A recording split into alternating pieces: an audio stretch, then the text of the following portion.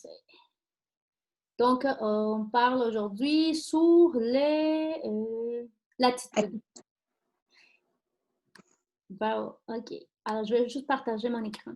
Donc, c'est ça, on disait que Dieu déteste la malhonnêteté et souligne surtout, il dit que c'est une attitude qui est préjudiciable pour celui qui l'adopte. Il dit qu'il perd la confiance des autres personnes et même lui-même, pour lui-même, il peut perdre sa confiance quand il est malhonnête. Il ne peut même pas jouir de ses gains malhonnêtes. L'honnêteté est une marque de L'honnêteté, je veux dire, c'est une marque de sagesse. Lorsqu'on décide d'être honnête, c'est une marque de sagesse.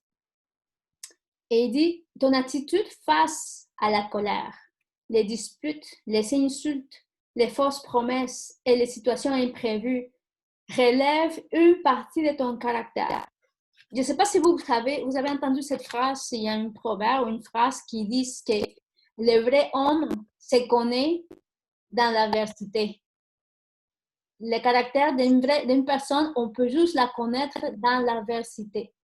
Alors, c'est ça qu'il dit. Face à la colère, dispute, insulte, fausses promesses, situations imprévues, ça va révéler une partie de ton caractère. Alors, on va lire premièrement ici dans le verset, j'ai mis déjà Proverbe 14, 29. Est-ce qu'il y a quelqu'un qui aimerait lire ça? Felipe, parce qu'on va le faire participer. Ou ta mère, si tu veux. Celui qui est là à la colère a une grande intelligence, mais celui qui est prompt à porter proclame sa folie.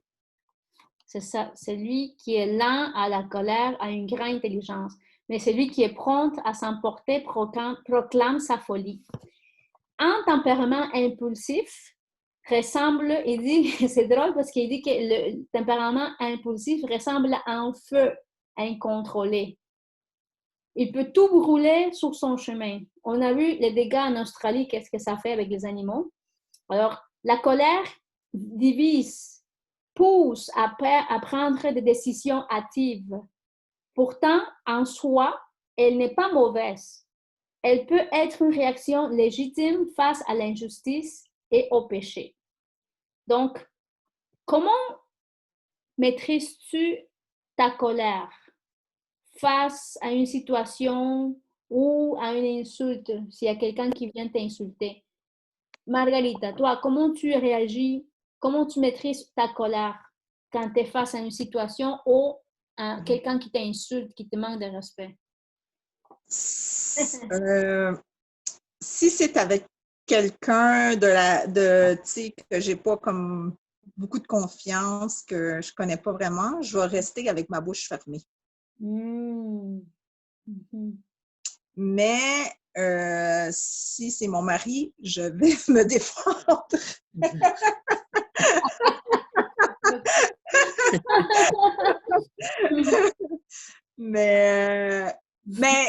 mais ça n'arrive pas à l'insulte. Tu sais, Felipe, il m'insulte jamais. Ça va être plus des discussions, des choses qu'on n'est pas d'accord, mais il ne va pas vraiment m'insulter, là. Mais quand quelqu'un me tourne à la rue, je vais pogner quelqu'un qui est coléreux ou à cette heure, avant, je n'aurais pas fait ça, mais à cette heure, s'ils me disent n'importe quoi, je m'en fous, je reste la bouche fermée. Wow. Oui. Avant, qu'est-ce que tu faisais? Ben, avant, j'aurais répondu, puis je m'aurais défendue avec la bouche, puis avec n'importe quoi. Mais là, à cette heure, non. Tu peux me dire n'importe quoi, puis je m'en fous. Ouais. Si ça vient de quelqu'un que tu connais?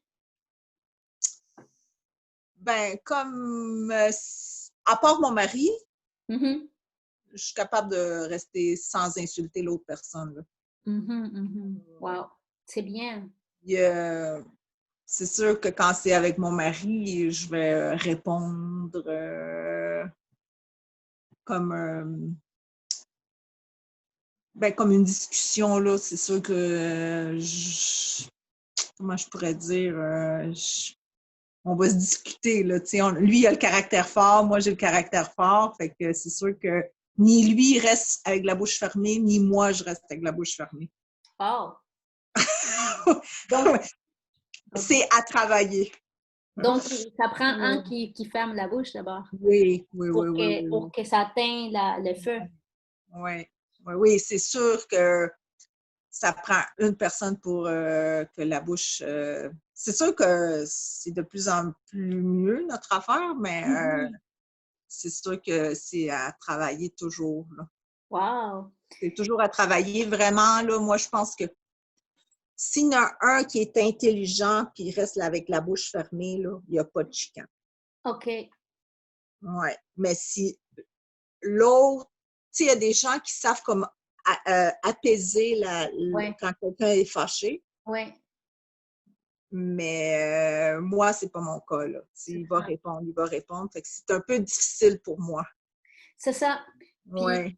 Puis il faudrait peut-être demander au Saint-Esprit de t'aider dans ce moment-là, de l'apaider. Parce que c'est pas évident hein, de maîtriser la bouche, mais on peut pas le faire dans notre propre force. Oui. C'est pas des insultes qu'on se fait, là. Ça, c'est pas des insultes, mais juste de répondre comme un... Comment je pourrais dire? Contredire. Je sais pas, parce qu'on s'insulte pas, vraiment, là. C'est pas comme des chicanes qu'ils vont... Tu sais, il y a des couples qui vont se dire vraiment des très insultes. Non, on fait pas ça. Ouais. Puis Felipe? Ça l'arrive qu'on va s'offenser, là. Mm-hmm. Mais il faut aussi apprendre à se dire pardon, là. Oui, vraiment. Demander pardon. Mm-hmm. C'est une libération, oui. Oui. Et toi, Felipe? Est-ce que tu es une personne qui maîtrise ta colère face à une situation, une insulte? De plus en plus. Je pense qu'on vieillit aussi. Hein? Oui, en sagesse. La vieillesse, la sagesse, et tout ce qui va avec, c'est ça qui aide. Maturité, oui. Parce que les caractères, c'est pas facile de les contrôler. On se ressemble beaucoup. Là. On est comme des feux qui s'enflamment facilement des fois. Puis, des fois, ils disent des choses qui viennent te toucher, puis tu n'es pas capable de supporter des choses comme ça. Sans que ça soit des insultes. Tu te dis des choses que des fois, il te dit des choses que, voyons, c'est ce qui sort ces histoires-là, puis là, tu n'es comme pas capable de contourner tout ça. Là. C'est quelque chose à travailler. Ouais. Ah, c'est bien. Et combien d'années que vous êtes mariés, malgré tout ça? 33. Wow. Mais ça, je pense parce que vous avez le Seigneur dans votre mariage, dans votre relation. Je pense que ça fait toute la différence. Oui. Wow. Je pense que c'est ça. Mais oui. Moi, c'est sûr que c'est vrai que tu as raison, que plus que ça passe le temps, plus on est dans le Seigneur, on marche dans le chemin du Seigneur, que Dieu, il nous change, il nous donne plus de tolérance, plus de patience qu'auparavant. Des fois, avant, moi, j'étais plus. Je me défendais assez rapidement, comme une araignée, pfiou, sortait mes pattes. Puis, ça mène rien de positif. Ça mène rien de positif. Là, je me défendais même avec des étrangers et tout. Mais je me suis rendu compte que je perds plus. Et puis, j'ai changé pas mal parce que je me souviens une fois, j'étais en train de conduire, je pense qu'il y avait un monsieur qui était énervé, là, et je pense que j'ai passé, puis lui, il voulait, je pense, passer ou quelque chose comme ça, je me souviens pas. Quelqu'un qui travaillait dans la construction, je pense. Puis, il me dit, je sais pas quoi, qu'est-ce qu'il me dit, là? Et moi, au lieu de me fâcher et de répondre de la façon, ou de sortir les doigts, là, comme il y a des gens qui font, je lui ai dit, Dieu te bénisse. Puis, ça lui a comme déstabilisé, et je continue mon chemin. Puis ça, c'est quelque chose qui quand même là, ça c'est la première fois que je faisais ça, puis j'ai vu, waouh, que ça m'a, le fait d'avoir dit ça, ça a protégé mon cœur. Parce qu'on peut facilement tomber dans le piège. Dans le piège, parce que c'est un piège, tout c'est un test. On nous lance des tests, des pièges. Puis c'est notre réaction qui importe. Est-ce qu'on passe, on coule? Si on échoue, encore va revenir jusqu'à ce qu'on passe. Et c'est ça que j'ai vu, et aussi, j'ai vu dans la relation, dans mes relations avec mon frère, dans mes relations amoureuses, j'ai aussi vécu des affaires comme ça. Puis là, maintenant, je me rends compte que des fois, il y a des chicanes que ça ne vaut même pas la peine de rentrer là-dedans. Des fois, il faut lâcher prise parce que ça amène à rien de positif, ça empire, c'est pas bon. Avec ma mère, je m'ostinais tout le temps avec des choses inutiles. Puis à la fin, ça faisait des divisions et des divisions, ça construit un mur. Et le mur, il grandit. Mais finalement, là, j'ai réalisé, j'ai fait la paix avec ma mère, puis ma relation, en fait, avec elle, ça va bien. Parce que maintenant, je ne prends pas à cœur tout ce qu'elle dit, j'écoute, mais je n'embarque pas je ne le prends pas personnellement comme si c'était comment dire, je le vois avec des yeux objectifs maintenant. Comme si je l'écoute, mais avec la compassion. C'est de notre façon. Je ne le vois plus comme elle, comme elle est en train de m'attaquer, mais je le vois plus comme c'est ma mère. Et puis, des fois, même s'il y attaque, je dis, c'est pas elle, c'est l'ennemi, hein, parce qu'il y a un verset que vous connaissez tous. Connaissez-vous ce verset qui dit que c'est pas contre la chair et le sang qu'on se bat?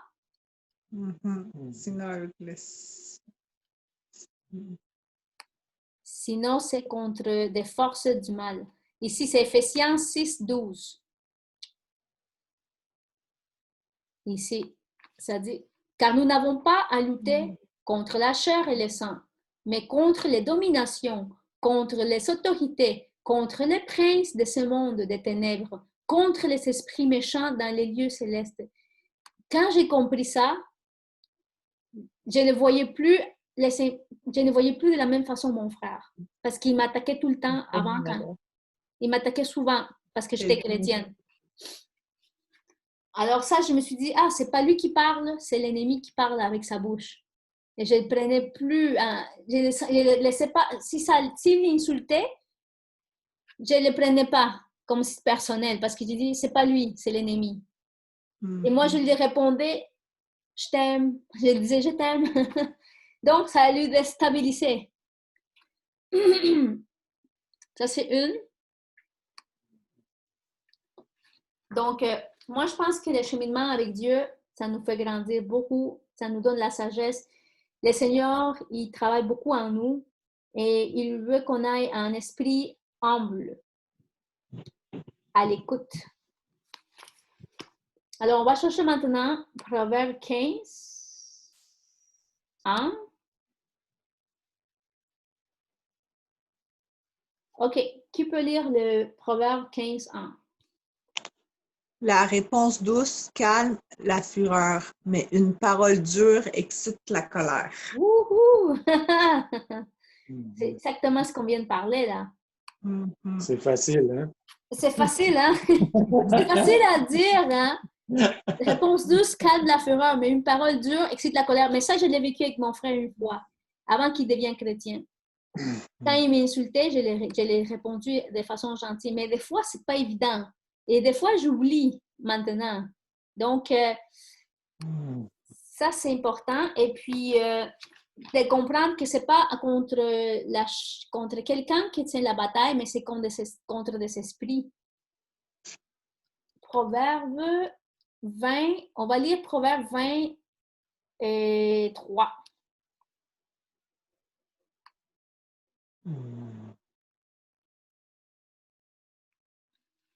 Oui.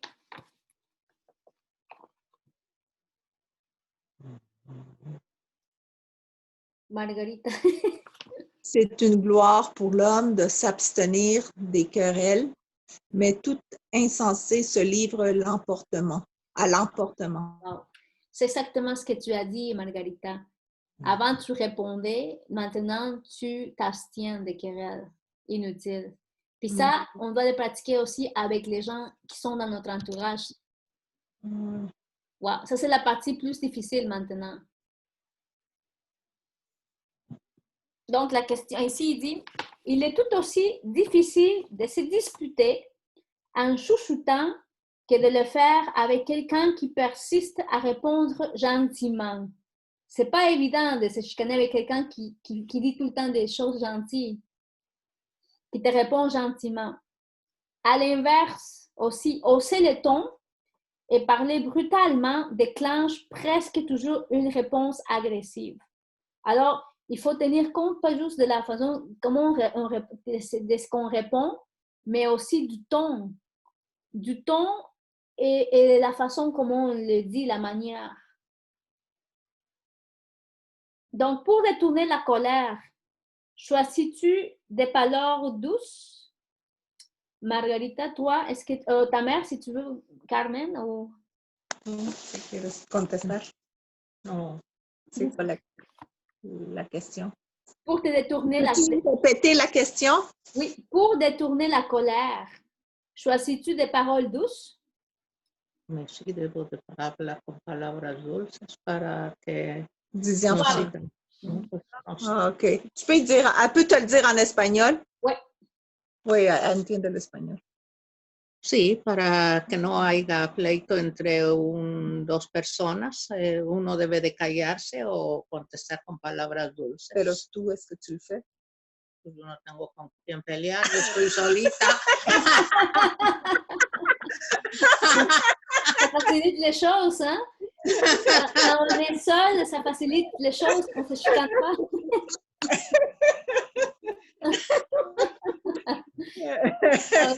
C'est bon, ça, excellent.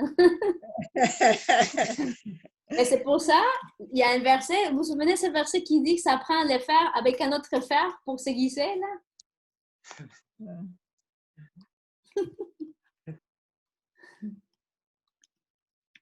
Est-ce que vous connaissez ce verset? Non. Si je fer aiguisé avec fer.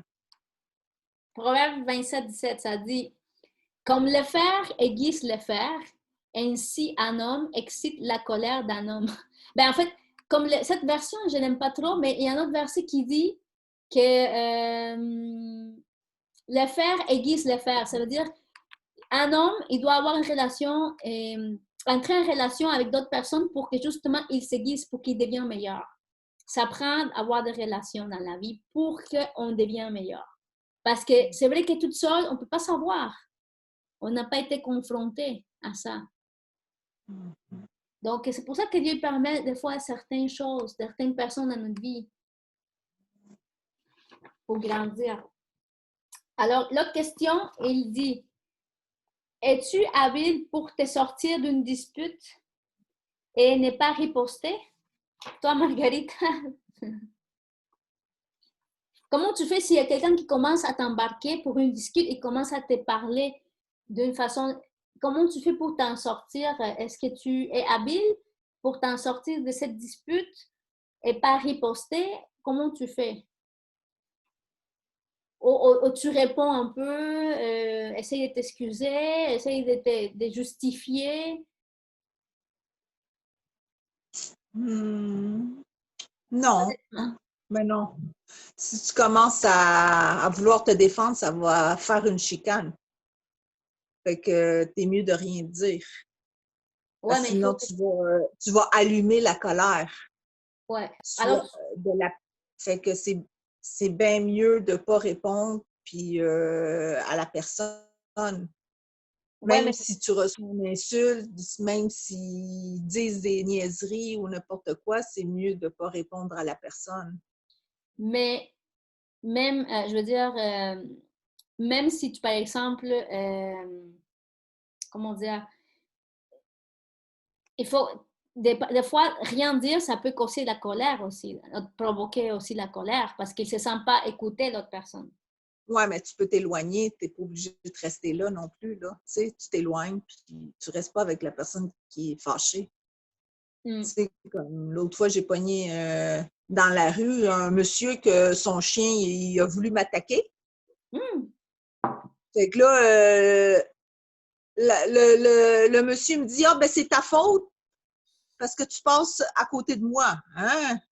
Là, j'ai dit « ça sert à rien que je dise rien. Je vais perdre ma salive. Je suis partie en courant de l'autre côté et c'est fini. J'ai rien dit. J'aurais pu dire hey, ton chien il est mal éduqué comme toi ou je l'aurais pu l'insulter ou n'importe quoi. J'ai décidé, j'ai dit je vais rien dire. Il doit être le chien mal éduqué comme lui. Je suis partie de l'autre côté. Le chien, il se ressemble à un maître, ils disent. Hein? Ouais, ça, tu sais, ça sert. C'est comme moi au travail. Oui. Je me mets toujours comme un à part. Je mets ma musique, j'écoute ou je lis. J'aime pas ça, rester là à les discussions, à qu'est-ce qu'ils parlent. Oui, négativité. Oui, juste des négativités. Je vais être au soleil, je vais être en tout cas loin, de loin. J'essaie d'être loin. Oui, oui. Tu sais, c'est ça, tu sais, comme à mon travail, j'ai déjà eu des clients qui sont pas très gentils ou ça, ben, je vais les ignorer aussi, là. Je vais les ignorer, je ferai pas les embarquer dans leur chicane, tu sais, comme je vais fermer la porte puis bye, là. Je ne vais pas les laisser acquis. Je sais pas, il faut vraiment des fois demander au Seigneur la sagesse, là. Ouais. Je pense que tu es habile quand même. Tu es habile. Ouais.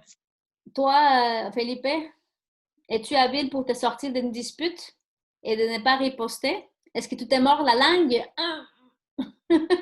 Ouais. Non, je pense que je vis tout ça. Non. Ouais. Le mieux de l'éviter. Ouais. C'est mieux parce que C'est vrai, ça. Ça ça, veut voler notre pays. ça, c'est comme quand une personne est alcoolisée puis tu veux lui parler ou vouloir lui dire quelque chose. Si la personne est alcoolisée, c'est comme un alcoolique. Quelqu'un qui a déjà l'alcool dans la tête, c'est mieux de faire ton chemin puis le laisser tranquille parce que ça perd de temps. Wow, ouais. Quelqu'un qui est en train de se chicaner avec une autre personne, puis je sais pas, mais même je pense qu'à quelque part dans la Bible, je lisais que s'il y a deux personnes qui sont en train d'avoir des disputes, c'est mieux de courir. Ah, wow. Je savais pas que c'était ça. Moi, je pensais qu'il faut mieux aller faire comme une séparation ou faire quelque chose. Sinon, c'est même pas ça. Wow. C'est mieux de se retirer. Je pensais que c'était tout le contraire. Puis non, c'est mieux de se retirer parce que c'est comme quelqu'un qui l'alcool est déjà trop dans la tête. Tu peux pas te mélanger avec ça. C'est tellement vrai ce que tu dis. Je me souviens, une fois, là, j'allais à la piscine publique et avant de rentrer, j'ai ouvert la porte pour rentrer, mais j'ai gardé la porte ouverte pour qu'il y avait une dame âgée, je pense, pour qu'elle puisse sortir. J'ai ouvert la porte. Et mais en fait, je lui dis, je vais vous ouvrir la porte, madame, pour que vous sortez. Là, la dame s'est fâchée. Elle a dit, quoi? Quoi? Tu penses-tu que je ne suis pas capable d'ouvrir la porte? Blablabla. Et moi, alors, j'ai laissé la porte. Je n'ai rien répondu. J'ai rentré dans le casier. Je suis allée au casier. Je me suis changée. Je suis fait ma piscine. Point final. Mais ça m'avait quand même choquée un peu, là, parce que j'ai dit, ben, on essaye d'être gentil avec les gens, puis les gens, ils ne trouvent pas. Mais c'est ça. Comme il a dit Felipe, il y a des gens qui ont l'alcool, ils ont déjà quelque chose, un problème en eux. Alors, ils vont juste essayer de se défouler sur les gens qui sont autour. Ouais. Donc, toi, là, c'est sûr que tu ne peux pas embarquer là-dedans si tu sais que cette personne est malade. C'est ça. Donc, c'est vrai, c'est très sage ce que tu dis, c'est mieux de se retirer, s'éloigner. Une personne qui commence déjà à t'agresser là, de cette façon. Ouais. Mais si avant, peut-être j'aurais été portée à riposter. Là. Mais la sagesse, c'est beaucoup de choses. Ouais. Ouais, il y a beaucoup de choses. Là. Mhm. Bon, on va lire maintenant Proverbe 15, 15. 15, 15. 15, 15, en fait. OK, qui a pas lu, qui a lu dernièrement? C'était qui? Marie, Toi, OK, mon c'est oncle. toi, Philippe. tous les jours de malheur, non, Malheur. tous les jours de malheureux sont mauvais, mais les cœurs contents, c'est un festin perpétuel. Ça, cette verset, je l'aime. Il dit, le cœur content est un festin continu. Les cœurs contents. Mais les jours du malheureux sont mauvais. Alors, notre attitude, il dit, imprime sa marque sur notre personnalité. Alors, nous ne pouvons pas toujours choisir ce qui nous arrive, mais nous pouvons choisir l'attitude que nous adopterons dans chacune des situations. Alors, le secret d'un cœur joyeux consiste à remplir notre esprit des pensées vraies, pures et dignes d'être approuvées. Donc, le secret pour un cœur joyeux consiste à remplir quotidiennement notre esprit des pensées vraies, pures et dignes d'être approuvées. Donc, ici, il dit, quelle est ton attitude devant une situation soudaine et imprévue, un accident, perte de quelqu'un d'être cher, un échec, tu perds ton travail, tu te fais mettre à la porte, tu fais, comment dire, bankruptcy, comment est-ce qu'on dit bankruptcy? Faillite. Une faillite. Comment, tu as une maladie, soudainement un cancer. Quelle est ton attitude devant une situation soudaine et imprévue? Margarita. Ben moi, sur le coup, c'est sûr que ça doit être dur. Là, quand quelque chose que c'est imprévu, c'est toujours une épreuve. Oui. Mais quand tu as l'aide de Dieu, je pense que tu es capable d'affranchir chaque épreuve. Tu peux tout affranchir avec l'aide de Dieu. N'importe quelle épreuve, Dieu va te donner la force pour l'affranchir. Puis aussi, il faut accepter. Tu sais, faut que tu l'acceptes. Puis tu dis, ben, moi, j'ai ça, je vais vivre avec ça, je vais m'adapter, je vais essayer de faire quelque chose. Avec chaque situation, il faut que tu t'adaptes. Parce que la vie, il y a toujours plein d'épreuves. La vie, on n'a pas fini d'en avoir des épreuves, là. Tu sais, c'est tout le temps qu'on va vivre ici sur la Terre, c'est des épreuves à chaque jour. À chaque jour, c'est une épreuve de vie. Il faut se battre,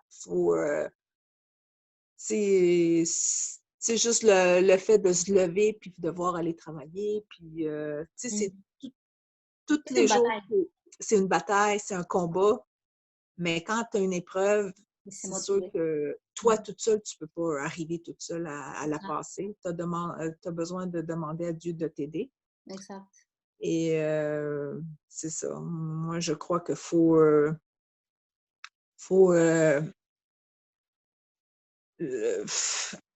demander à Dieu qu'il nous aide à marcher avec cette épreuve-là, puis qu'on sait qu'on va s'en sortir d'une façon ou l'autre. Puis des fois, il y a plein de choses qu'on ne comprend pas, qu'on doit passer à travers, puis c'est pour quelque chose. Après, à la fin, on dit « Ah, c'est pour ça » ou ça nous fait que notre foi grandisse ou ça nous fait nous approcher de Dieu, ça nous fait une guérison. Une guérison. Une guérison. Tu sais, il y a beaucoup de choses que le Seigneur permet pour qu'on puisse devenir de plus en plus semblable à lui, à qu'est-ce que lui veut pour nous. Oui, c'est bien dit. En fait, je vais partager un verset il est ici, là, 1 des Corinthiens 10, 13. Ça dit, premièrement, comme tu as dit, aucune tentation, ça veut dire aucune épreuve ne vous êtes survenu qui n'ait été humaine. Et Dieu qui est fidèle ne permettra pas que vous soyez tentés au-delà de vos forces. Mais avec la tentation, ça veut dire avec l'épreuve, il préparera aussi les moyens de s'en sortir afin que vous puissiez la supporter. Tu sais, quand il y a une épreuve qui peut venir dans notre vie, Dieu nous donne aussi la réponse, la porte de sortie aussi donnée. Mais il faut juste s'accrocher à Dieu et lui faire confiance qu'il va nous conduire vers la porte de sortie dans cette situation, cette épreuve imprévue que tu n'attendais pas. L'autre verset que je voulais partager, c'est le Psaume 18-30. Faire confiance à Dieu, c'est ça. Les voies, cette promesse, c'est une promesse pour ceux qui croient. Les voies de Dieu sont parfaites. La parole de l'Éternel est éprouvée. Il est un bouclier pour tous ceux qui se confient en lui. Donc, il faut comprendre que les voies que Dieu il nous fait passer à travers sont parfaites. Puis, je pense qu'il y a un verset qui dit que son plan est parfait pour notre vie. Et je pense qu'il est...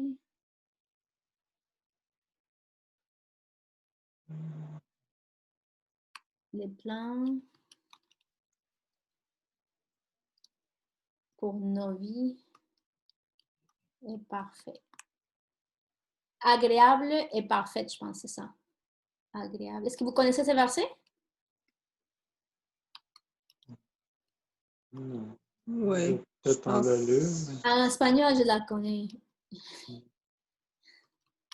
Mais je pense que c'est ça. Je ne sais pas si c'est celui-là. Oui, je pense que c'est celui-là, oui. Bon, la volonté de Dieu est agréable et parfaite ici. Ne vous conformez pas au siècle présent, mais soyez transformés par le renouvellement de l'intelligence afin que vous discerniez quelle est la volonté de Dieu. Qui est bon, agréable et parfaite.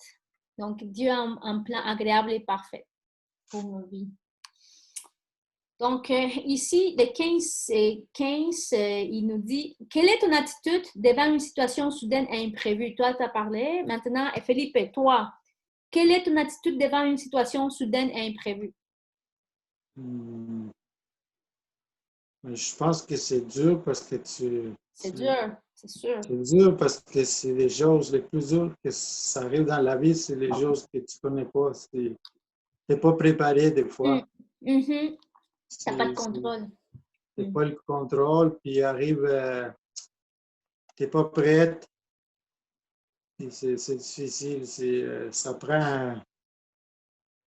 prend beaucoup de docilité pour savoir que c'est pas toi qui fais les affaires, que c'est pas toi qui vas finir pour savoir les plans de Dieu. Ça prend beaucoup de sagesse aussi parce que Dieu, c'est bien bon de dire de suivre le chemin de Dieu, mais aussi le côté humain parce que le côté surprise, là, c'est pas mal difficile.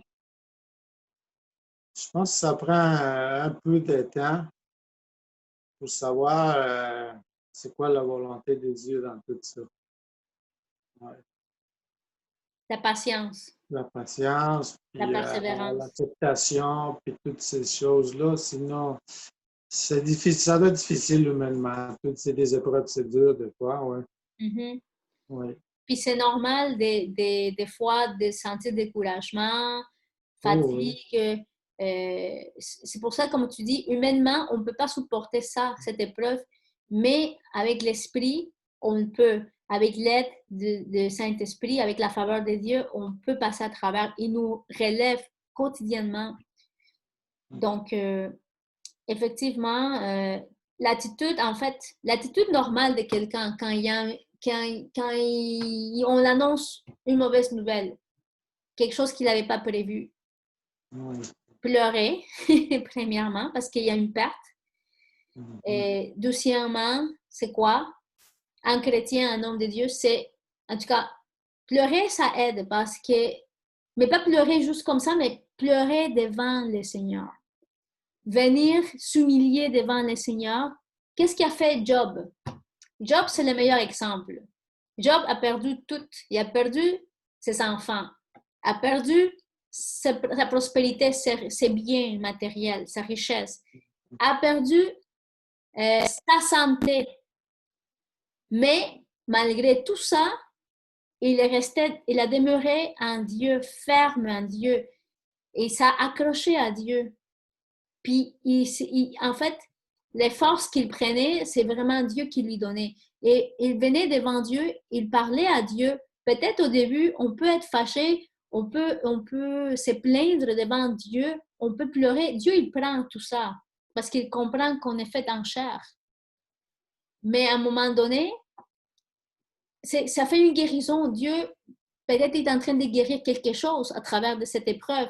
Peut-être Dieu, il va te montrer la solution, le chemin, la lumière, le tunnel, le but du tunnel après cette épreuve. Mais si on garde du ressentiment, de la colère ou de la frustration, si on s'éloigne de Dieu, ça va être très difficile, très dur de pouvoir sortir de cette épreuve victorieux. Et en plus, on risque de sortir, d'empirer les choses. Mhm. Ouais. En tout cas, j'ai vécu ça en 2013, puis j'ai vu tu tournes en rond. C'est mieux de t'accrocher à Dieu le plus vite possible, puis laisser que Dieu t'amène, puis faire confiance en Dieu. Tout arrive pour quelque chose, toujours pour notre bien. C'est quelque chose de confiance. Et ici, tu n'aimes pas ce qui est en train de vivre, il faut aller se réfugier en Dieu pour qu'il nous donne la capacité de passer à travers ça, qu'il nous donne à chaque fois qu'on se sent fatigué ou triste, venir à genoux devant Dieu puis demander, Seigneur, soutiens-moi, relève-moi. Puis Dieu, il te soutient. C'est ça le cœur content qui dit qu'il est en festin continu. C'est ça. Moi, je pense que c'est la dépendance avec Dieu. Combien de fois le roi David a pleuré, a pleurniché devant Dieu? Combien de fois il a écrit des psaumes qui parlent, on me persécute, on me poursuit, son fils, il y avait des gens qui voulaient le tuer, il y avait Saül, mais sa force, elle était dans sa confiance avec Dieu. Et il connaissait l'endroit, le meilleur endroit où la personne indiquait pour aller se réfugier et aller demander de l'aide. C'était à Dieu. Alors, David, il connaissait sa source. Et c'est pour ça qu'il a eu une belle vie et il a vécu jusqu'à très longtemps, très, très âgé, une belle vie avec des enfants. C'est sûr qu'il a eu à faire face à des épreuves difficiles, mais avec Dieu, il a été capable de passer à travers ça. Donc, on va aller voir maintenant Proverbe 16, 11.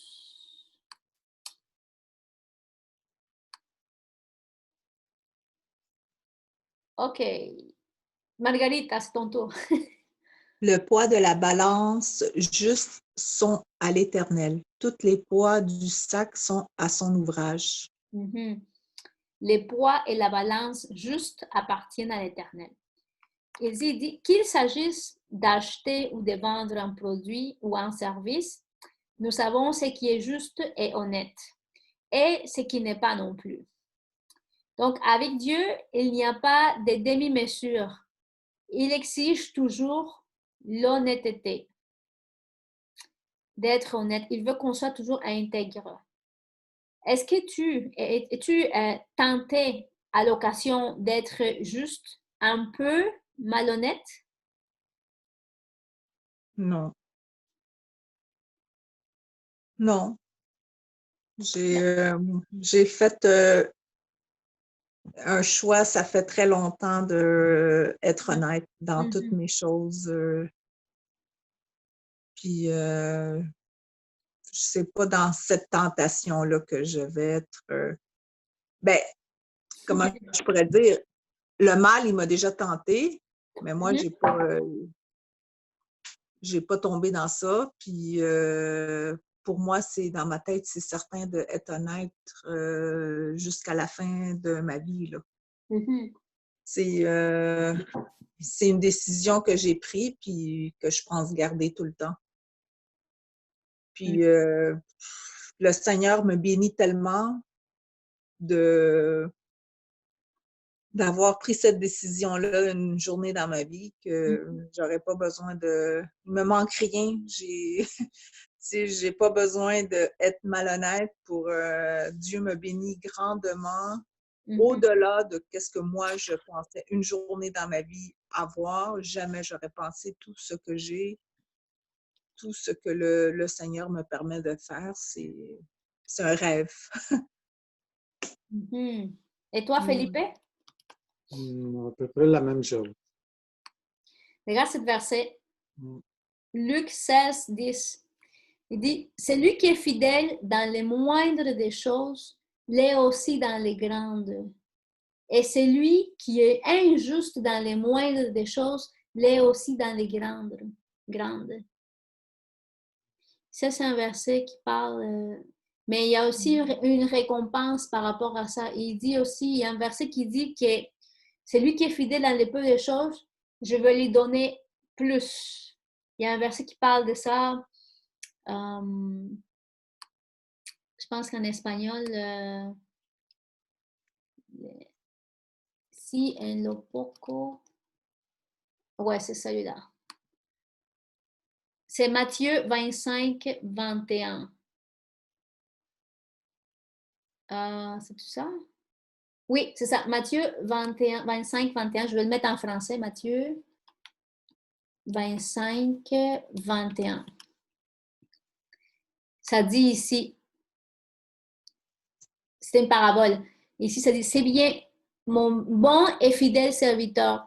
Tu as été fidèle en peu de choses. Je te confierai beaucoup. Entre dans la joie de ton maître. Quand on est fidèle, quand on montre à Dieu qu'on peut être fidèle dans le peu, dans les petites choses, il dit que Dieu va nous confier encore plus. C'est une promesse.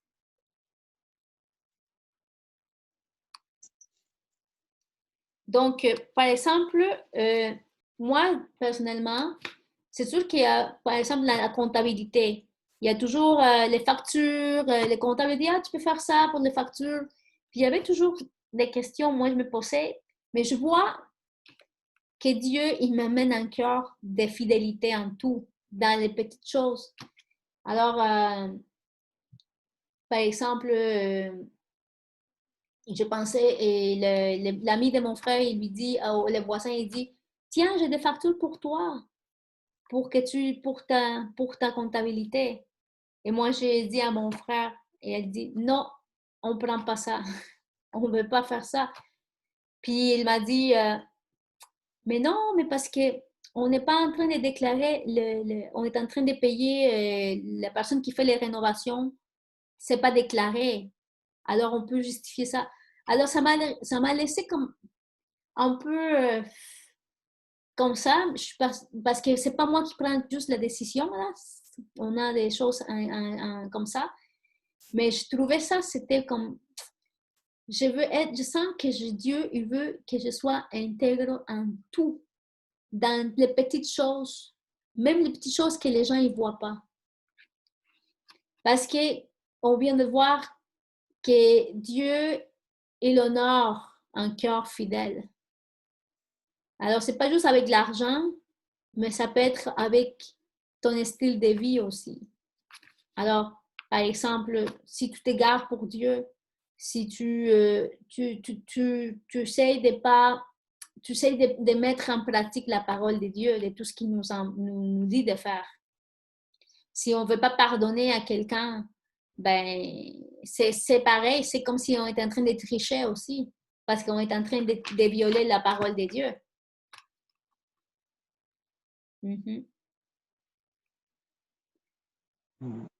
Ouais.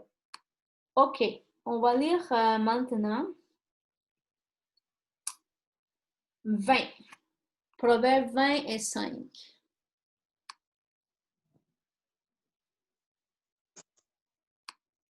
5. C'est le tour de Felipe. Mon fils, sois attentif à ma sagesse, prête ton oreille à mon intelligence. Je pense que je me suis trompée. Hein? C'est 20-25, j'ai dit. Hein? OK. Ouais, c'est pas le bon ça. 20-25.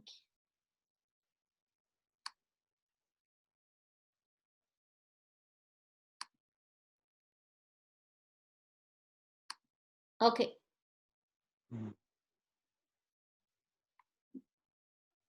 Vas-y. C'est un piège pour l'homme qui de prendre à la légère un engagement sacré et de ne réfléchir qu'après avoir fait un vœu. Wow. Et de ne réfléchir qu'après avoir fait des vœux. Il y a danger à formuler une promesse sans réfléchir et à la reconsidérer plus tard. Nous avons souvent des bonnes intentions en formulant une promesse avec le désir de plaire à Dieu. Alors, est-ce un piège pour toi de faire une promesse à la légère? Est-ce que pour toi, Felipe, est-ce que c'est une faiblesse pour toi de faire des promesses à la légère? Tu es une personne qui est portée à faire des promesses que tu veux aider, tu dis, je veux faire ça, puis à la fin, tu ne peux pas le faire? Non. Normalement, je ne fais pas des promesses. OK. C'est vraiment non. Non, si je me sens dans une motivation d'aider quelqu'un, mais je l'aide. Sinon, je suis direct, je ne l'aide pas. Je me sens en liberté totale de ce que mon aide il me dit de faire.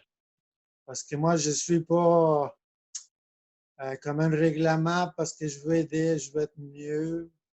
Ou d'un règlement qu'il faut aider par... Non, non. Moi, j'aime ça me parler, puis j'aime ça écouter aussi. Si dans mon intérieur, c'est le moment d'aider, sinon, je suis direct, je peux dire non, je ne peux pas aider. C'est quelque chose que j'ai dans ma vie couramment. Ah J'ai oui? quand même, je ne sais pas, je suis comme ça. Peut-être que je ne suis pas trop aidé ou trop... Mhm. Mais je me sens bien quand même. Moi, je suis le côté de comment me sentir. Parce qu'il y a du monde qui peut-être avec cette façon d'être, ça va sentir mal. Oui. Parce qu'il y a du monde qui va aider parce qu'il aime aider ou parce qu'il se sent Obligé? obligé. Ah. C'est ça. Moi, non, je le sens pas. Je ne peux pas être comme ça. Non. C'est comme une autre façon de faire les choses. Ouais. OK.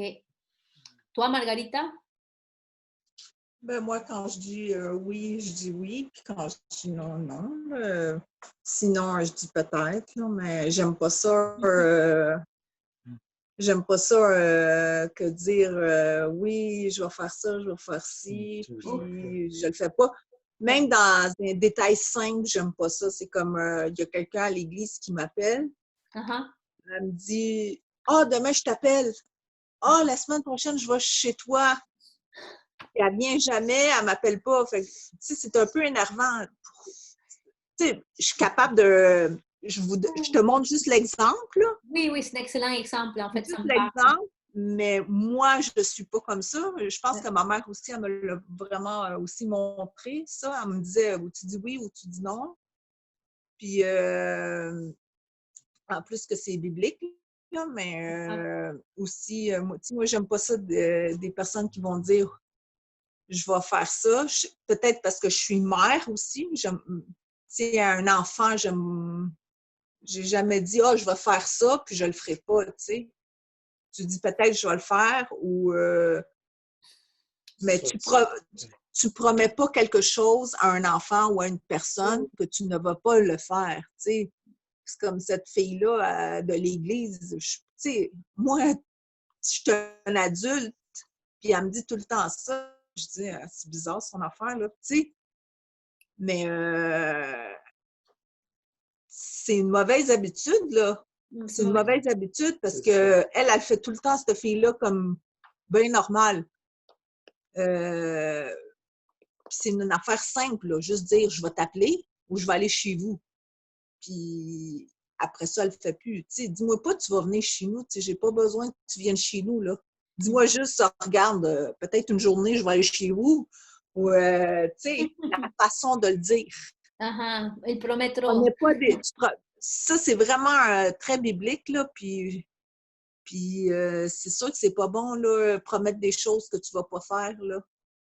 C'est ce que j'ai Un enfant n'aime pas ça, un adulte n'aime pas ça. Personne n'aime ça, se faire promettre ou dire des choses que tu vas pas le faire.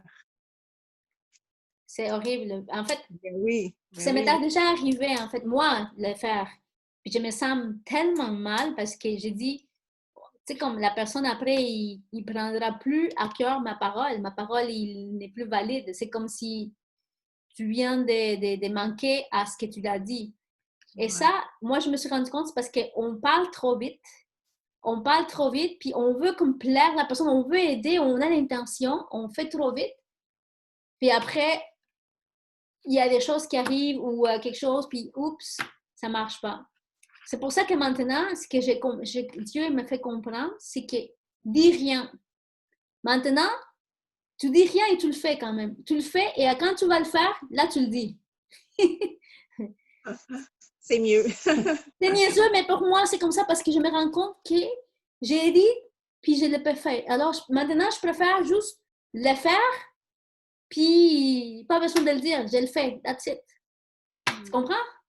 Si je vais appeler quelqu'un, je vais pas dire, je vais t'appeler demain, et après, je l'appelle pas. Alors, je préfère rien dire et je l'appelle, c'est tout. Ouais. Mais ça je parle je parle pas ça avec des clients de mon travail. Je parle de mon travail. Je parle plus avec des personnes, des connaissances, des amis, la famille, des choses comme ça. Tu sais, mais vraiment, ça, c'est horrible parce que tu te sens mal. Mais quand ça devient une habitude, ça veut dire que la personne, il ne se rend même pas compte de ça. Ouais. Ça devient déjà une mauvaise habitude, puis tu as raison. Les enfants, aux enfants, ils disent qu'il ne faut pas leur promettre quelque chose, puis après, on ne le fait pas. Ils disent que ça peut marquer leur vie. Alors, il faut faire tellement attention. Ouais. C'est bien dit ça. On va aller voir maintenant Proverbe 22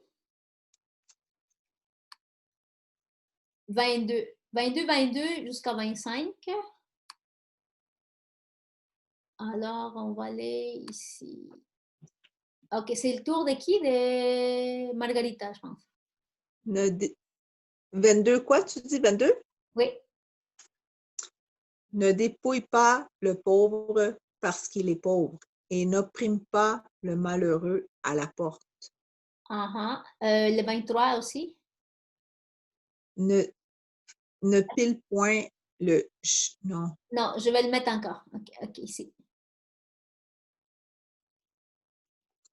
Car l'Éternel défendra leur cause et il ôtera la vie à ceux qui les auront dépouillés. 24. Ne fréquente pas l'homme colère. L'homme colère ne va pas avec l'homme violent. Ah non, je me suis trompée. Ça, c'est juste... En fait, c'est juste du 22 au 23. Alors ici, le 22, 23... Oui. Ne dépouille pas le pauvre parce qu'il est pauvre et n'opprime pas le malheureux à la porte. Et le 23? Car l'Éternel défendra leur cause et il ôtera la vie à ceux qui les auront dépouillés. Il dit, n'écrase pas les malheureux à la porte de la ville. Ce verset est un avertissement pour ceux qui aiment diriger avec une main de fer. Parfois, Dieu intervient et détruit ces dictateurs en les remplaçant par d'autres dirigeants ou par la population. As-tu déjà été sous l'emprise d'un chef trop autoritaire? Est-ce que ça vous est déjà arrivé, vous, dans votre quotidien, votre travail, dans le domaine du travail ou, je ne sais pas, à l'école, quand vous étiez plus jeune? Est-ce que vous avez déjà été sous l'emprise d'un chef trop autoritaire? Felipe, Non, toi, Margarita? pas pour autorité. Moi, c'était... j'ai déjà eu un chef, mais c'est pas... C'était pas vraiment... je sais pas, comme autoritaire, mais c'était plus comme il voulait comme descendre les employés, comme Ouais. les humilier Oui. à tout le monde, comme à pas bien parler, Ouais. mais pas autoritaire. OK. Il n'y avait pas d'autorité, c'était juste comme pas respecter l'employé. Mais est-ce que ben, c'est parce qu'il faisait un mauvais travail ou parce qu'il exigeait beaucoup, cette chef? Non, parce que c'était des personnes nouvelles avec l'emploi qui ne savaient pas comment gérer cet emploi-là. C'est ça, OK. Des jeunes nouveaux qui n'avaient pas aucune idée c'était quoi qu'est-ce qu'ils savaient embarquer. Mm-hmm. Ouais. C'était des gens sans expérience. Mm-hmm, mm-hmm. Ouais. Ben, ça a l'air que ils seront jugés quand on est trop sévère avec des personnes. Et ça, c'est pas juste avec un chef. Moi, je pense que c'est aussi un parent. Un parent qui peut être trop dictateur avec les enfants. Ça peut être dans différentes situations, hein. C'est pas juste au travail. Mais ici, d'un chef trop autoritaire, personnellement, moi, je ne me souviens pas vraiment d'avoir été sous l'emprise d'un chef trop autoritaire, peut-être exigeant, mais pas très. La seule chose que je me souviens une fois, j'étais hygiéniste dentaire et j'avais un manicure et j'avais un boss et j'avais, tu sais, acrylique.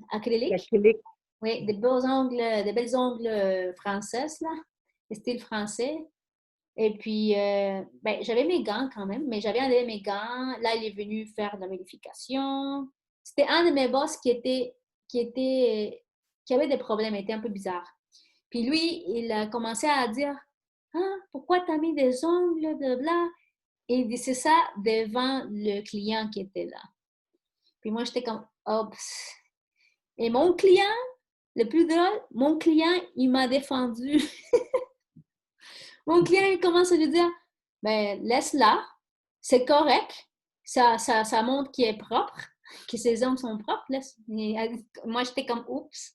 J'ai même pas eu le temps j'ai même pas eu la nécessité de me défendre.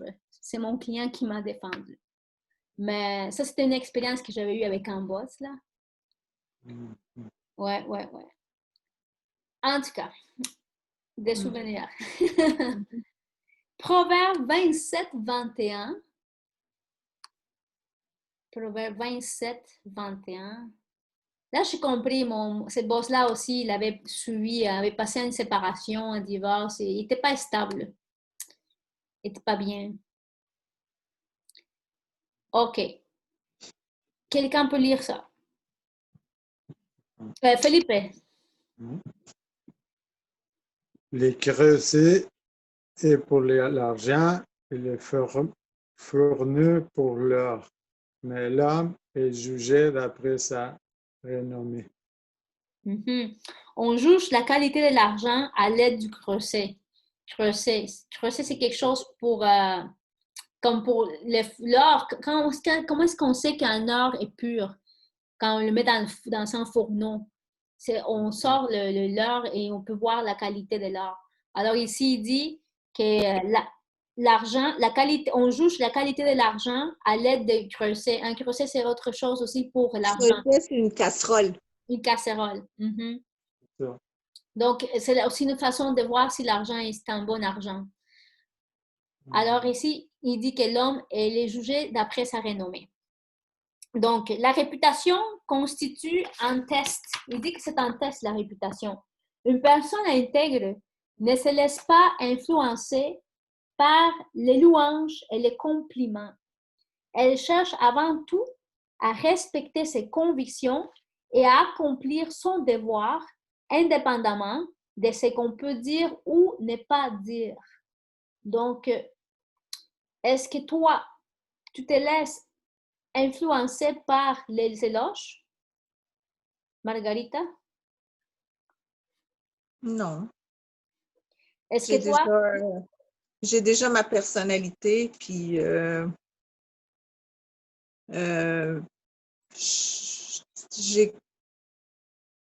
je suis contente comme que je suis, là. C'est sûr que quand c'est un bon éloge, ben, c'est un plus, là, mais c'est pas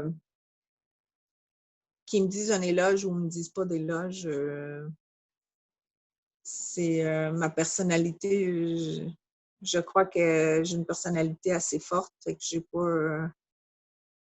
Est-ce que toi, tu travailles-tu plus fort après avoir reçu des louanges?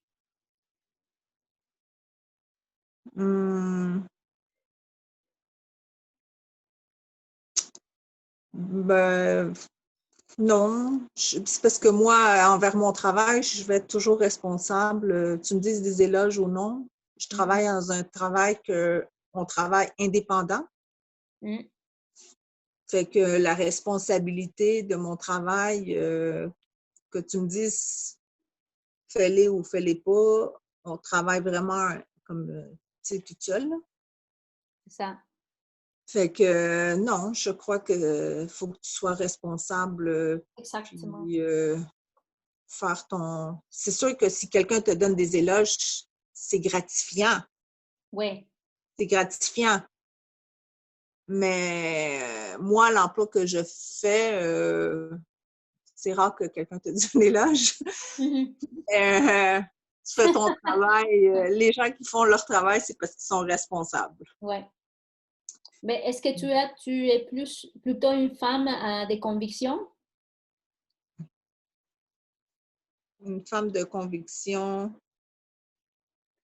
Dans le sens que c'est pas les éloges qu'il faut. Par exemple, moi, dans mon métier, moi, c'est sûr que ça fait du bien quand quelqu'un te fait des éloges, mais je vais travailler aussi fort, même s'il me donne ou ne me donne pas des éloges. Ben, c'est ça. Moi aussi, c'est la même chose. Donc, c'est pour ça qu'il demande si tu es une femme de conviction dans ce sens-là. Oui. Oui, oui. Une femme de conviction. Une femme Responsable. Oui. Dans tous mes engagements que je prends, je suis toujours responsable et, comment se dit le mot, persévérante. OK. Je suis très persévérante dans tous mes engagements. Tu sais, il n'y a pas une journée, je vais dire, ah, aujourd'hui, là, tu sais, ça ne me tente pas de faire à manger ou ça ne me tente pas faire mon travail ou non. Je vais toujours être constante dans tout mon sport, ma vie, tout c'est constant de moi. Quand je prends un engagement, c'est comme hier, je suis allée, depuis le COVID, j'ai une amie qu'elle est blessée. Oui. Et je vais sortir sa petite fille en vélo. Oui. Elle ne peut pas vraiment la sortir. Wow. Fait que là, hier, je suis allée faire une sortie en vélo. J'ai dit, aujourd'hui, je vais t'emmener aussi. Là, j'avais ma mère, j'avais plus comme trop le goût d'y aller, mais j'ai dit non, je vais y aller. J'y ai dit que j'allais y aller aujourd'hui. Fait que, puis, tu sais, si j'aurais dit, ah, ben peut-être, non, mais j'ai dit demain, je vais venir te chercher aussi pour faire le vélo. Ben, je suis venue là, tu sais, je respecte mes engagements, puis je suis constante, tu sais, puis je le fais par amour, puis je le fais parce que j'aime, tu sais, puis je me dis que nos bénévolats, l'aide qu'on apporte à quelqu'un, oui. aussi, tu as le choix de faire des choses que toi, tu t'aimes. Oui. Tu peux choisir un bénévolat, toujours des bénévolats que toi, tu aimes faire. C'est ça. Mais, tu sais, que ça soit n'importe quel bénévolat, mais faut faire le bénévolat. Un bénévolat que toi, que tu aimes faire. Exactement. Ouais. Moi, j'ai vraiment pas ça. Non? Ah, moi, oui.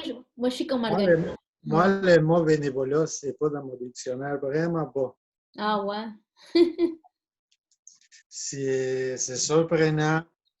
J'ai grandi avec une façon de faire les choses quasiment toute seule.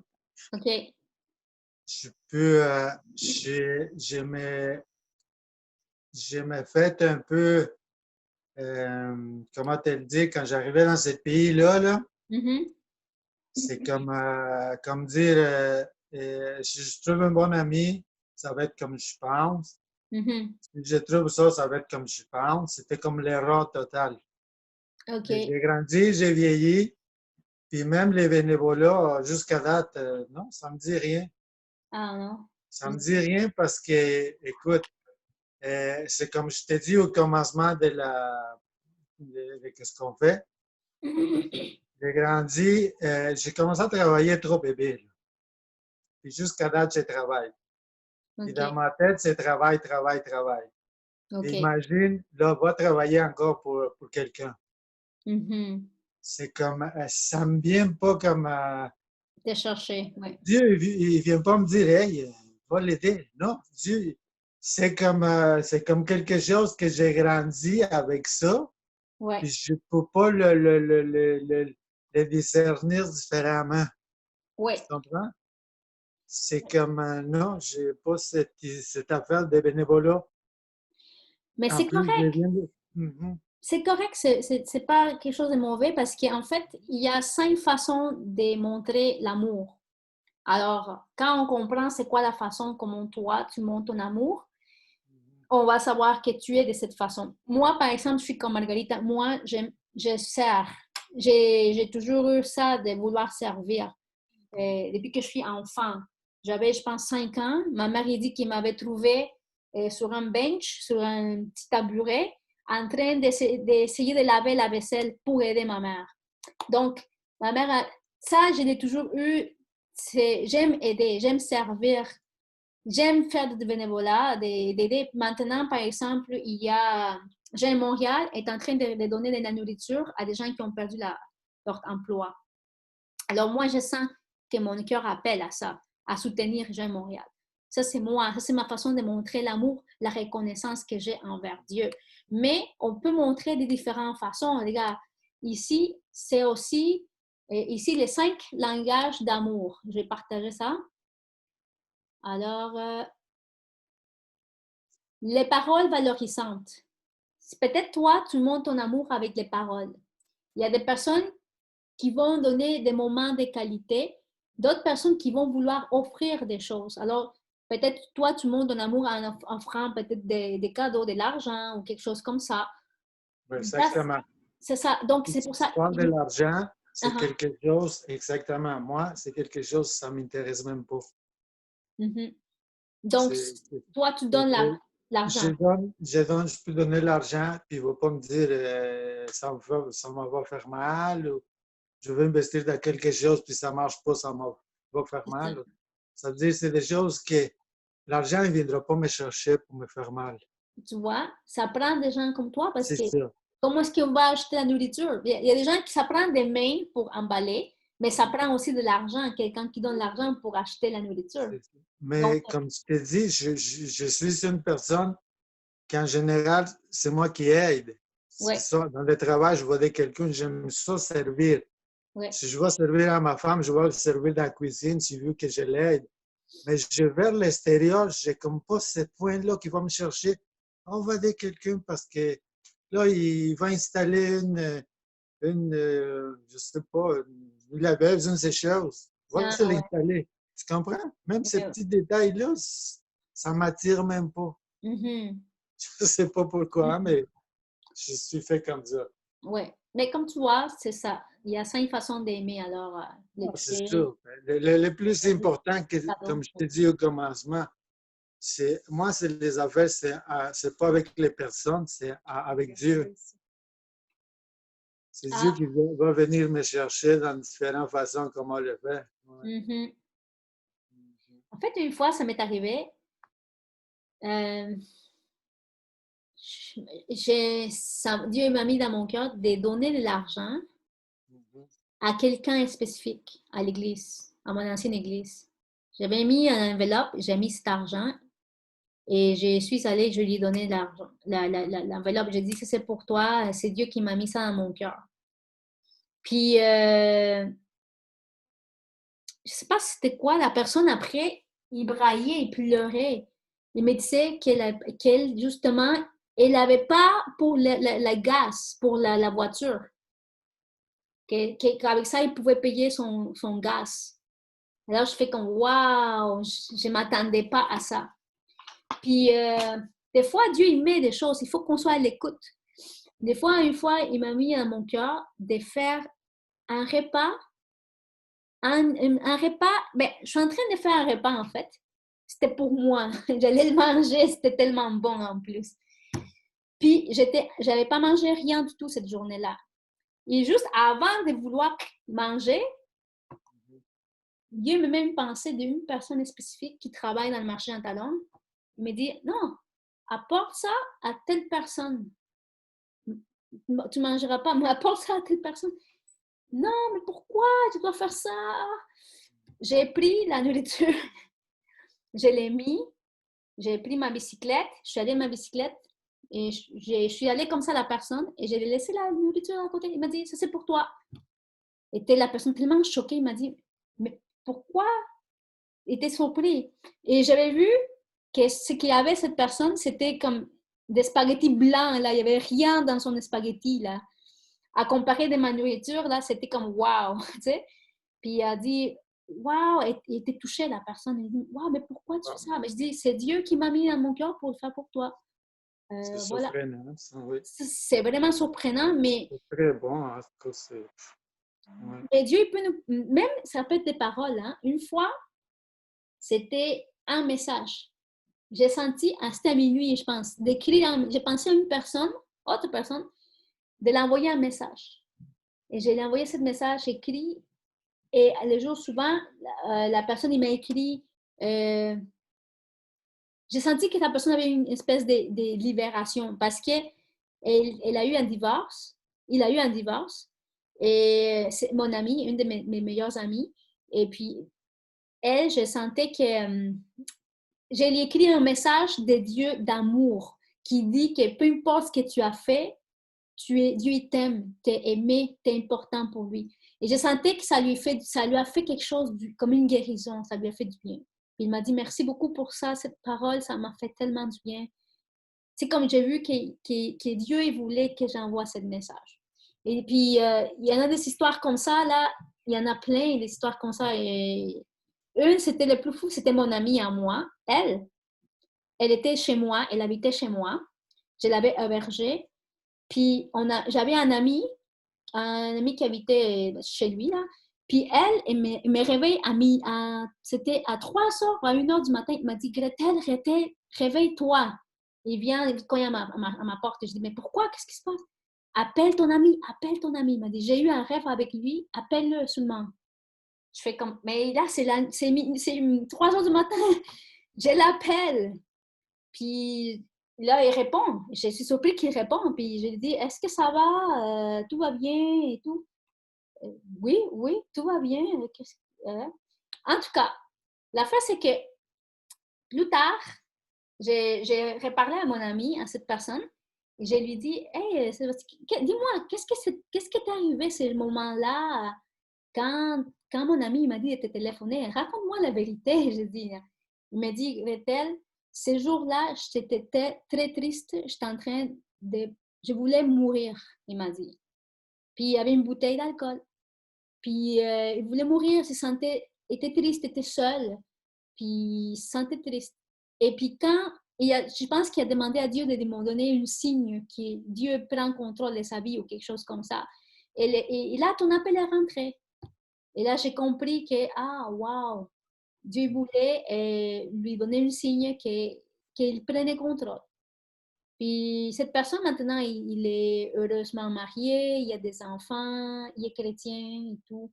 Donc, c'est fou comment Dieu travaille. Mais ça, c'était à travers de cette fille-là, mon amie. C'est à elle qui avait donné ses rêves pour qu'on l'appelle.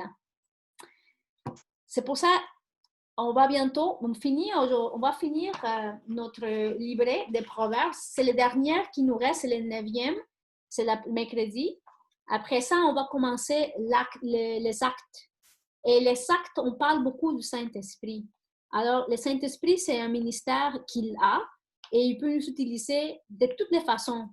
Dieu, il peut nous parler à faire des choses qu'on n'a jamais pensé de faire et de donner des sommes d'argent qu'on n'a jamais pensé donner. Et il peut mettre dans notre cœur une personne spécifique. Il peut nous pousser à faire des choses qu'on n'a pas osé de faire, comme par exemple faire la prière des fois avec une personne qui dans un environnement que tu ne pensais pas pouvoir le faire.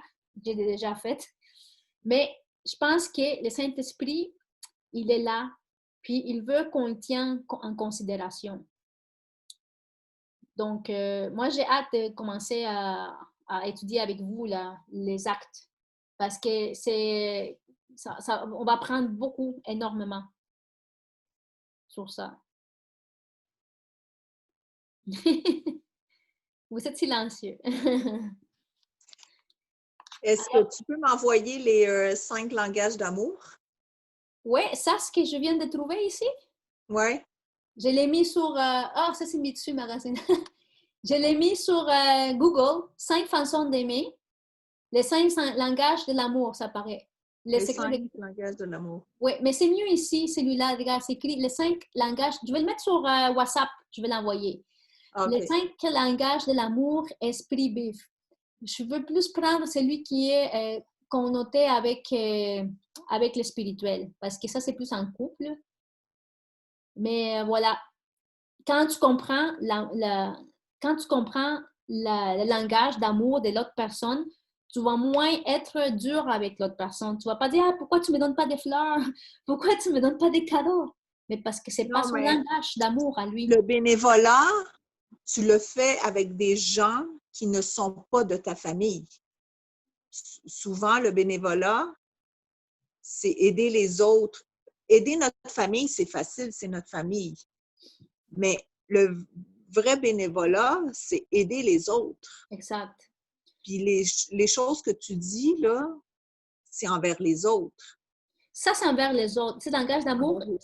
Ça, c'est en couple, mais aussi envers les autres. Aussi envers les autres. Oui, il y a des gens qui vont le faire à la famille, mais ils ne vont pas le faire envers les autres. Aimer les gens, les aider. Puis on était comme enfants de Dieu, on était supposés d'aimer les autres, aider les autres, de servir les autres. Tu le fais pas tu le fais pour Dieu. C'est ça qui est plus difficile parce que, imagine-toi, aller faire quelque chose pour un étranger, là. Comme quand j'ai donné, par exemple, j'avais une phase que je faisais des muffins. J'allais au marché en talon et j'en donnais aux gens qui travaillaient là, que j'avais salué, j'avais rencontré une fois, 2 fois. J'en donnais. C'était comme, c'est premièrement sortir de sa zone de confort, mais je me sentais tellement heureuse. Puis c'est pourquoi je me sentais heureuse? Parce que je voyais leur visage. Leur visage se transformait, un sourire, oh merci, c'est comme, c'est ça que Dieu veut, qu'on ait une liberté. C'est ça la liberté que Dieu veut qu'on soit.